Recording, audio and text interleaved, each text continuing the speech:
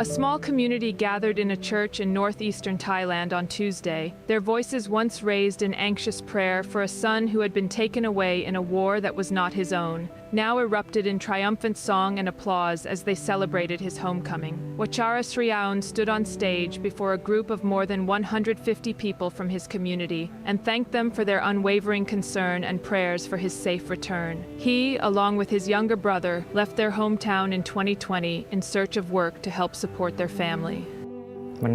It was exciting. It wasn't like home.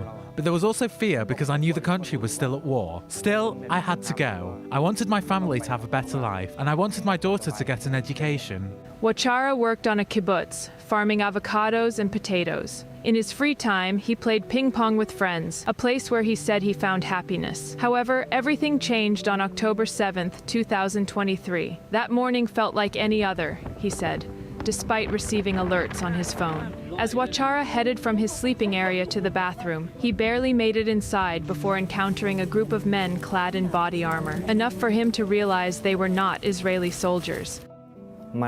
They took my phone. They started shooting, so I raised my hands and said, "Thailand, Thailand." Then they took my phone, and then they surrounded me.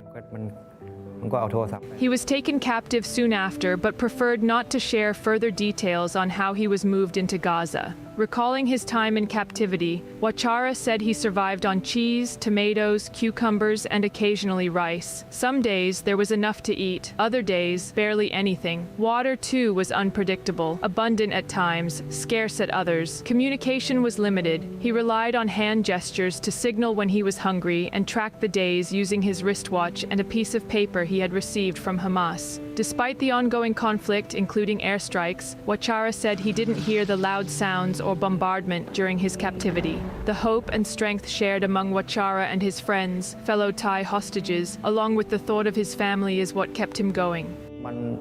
I had to survive, to make it back to them. Watchara said he was repeatedly told that he would be released, sometimes in a matter of days, other times in weeks, only to have those assurances prove hollow, leaving him with shattered hopes and a deepening sense of despair. However, 3 days before his release, he said, they told him there would be a ceasefire and he would be set free. He said he spent the 3 days talking with his friends, making plans for what they would do next. Sleep was hard to come by as he was filled with excitement. On the day of his release, Watchara, along with his 2 friends, were handed over to the Red Cross in Gaza's Khan Yunis. In total, 5 Thai hostages were released and they were taken to a hospital in Israel by helicopter. On his flight to freedom, the sheer exhilaration of release washed over him, a contrast to the bleak confinement of his nearly 500-day ordeal. I saw trees, gardens, and the fields we were working on. It was open and I could see everything.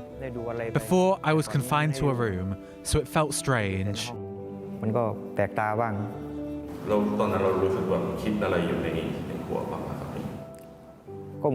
It felt like I was reborn. Like the other Thai hostages, Watchara underwent both physical and mental health checks before finally taking a flight back to his hometown, which he had left almost 5 years ago. With a resolute tone and a heart full of longing, Watchara revealed his cherished aspirations to support his father and to reconnect with his daughter, making up for the precious time they had lost. My parents are getting older and can't do much anymore. I want to be the only one to take care of them, to make their lives easier because they've struggled for so long.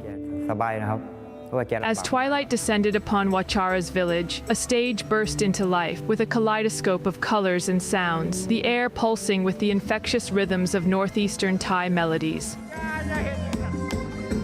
I don't want war to happen. I want peace to come. If our family had to end up in that situation, I wouldn't wish for war. We just wanted to work and make sure our family could live comfortably and happily. In the October 7th attack on southern Israel, Hamas gunmen killed and kidnapped dozens of Thai workers. Thailand's foreign ministry said one Thai national is still believed to be held captive by Hamas.